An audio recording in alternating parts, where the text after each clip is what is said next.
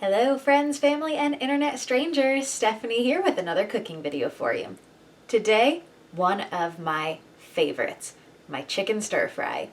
This is a dish that I worked out all of the kinks of throughout college. I went through multiple different versions before landing on this one, which there would very rarely be leftovers of, and when there were, they were gone by the time I was home from class the next day. I used to cook for a lot of my friends. Every week we would watch One Tree Hill and either order dinner or I would cook something. And this stir fry recipe is the one recipe that I still have people ask me for. And I graduated from college more than 10 years ago. So people loved this stir fry. I love this stir fry.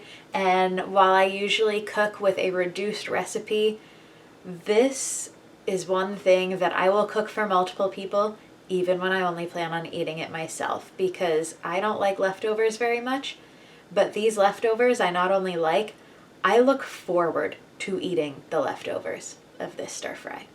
I use pre-cooked chicken in my stir fry. I cooked it myself this day, but I've also done this with rotisserie chicken and it works well as well.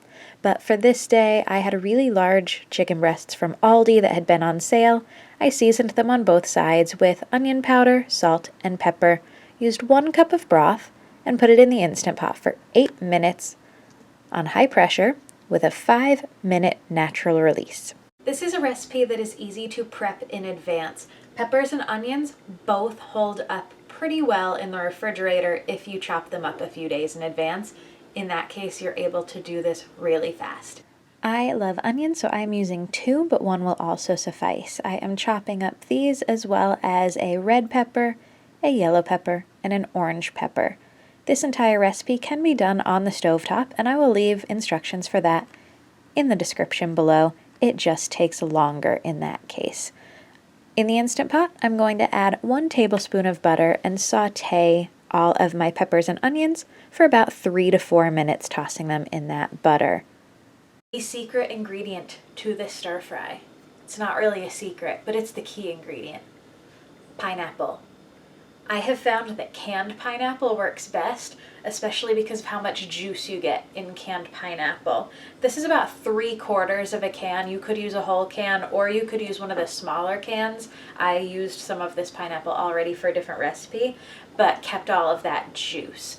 So if you're doing this in the Instant Pot, a lot of your liquid is going to come from the pineapple juice. But if you're doing this in a saute pan, you want to use a little bit of the liquid from the pineapple, a little bit of that juice to kind of deglaze your stir fry and really steam those peppers and onions.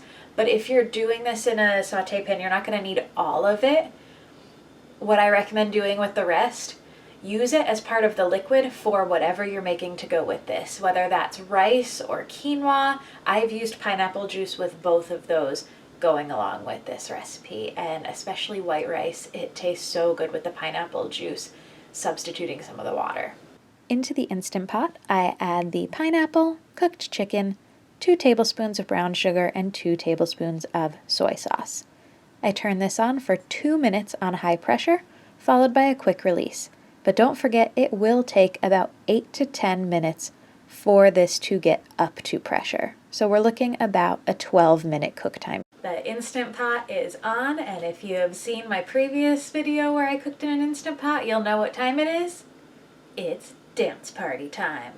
And as per usual, you do not get to see that. You don't want to see that. No one wants to see that. After the quick release, there are a lot of juices in this pot, so I take the cover off and let it sit for about 5 minutes. These juices also go really well over the top of rice or quinoa or whatever grain you're using along with this. Dinner is served. I am serving mine up with a little bit of quinoa tonight because it's what I had on hand, but again, rice works really well with this, white rice, brown rice, any sort of grain, or it also works well on its own. If you try this, leave me a comment, let me know how it goes. For my college friends, I hope this helps you make this on your own and relive our weekly dinners. But have a great day, everyone. Thank you so much for watching. Don't forget to subscribe if you want to see more.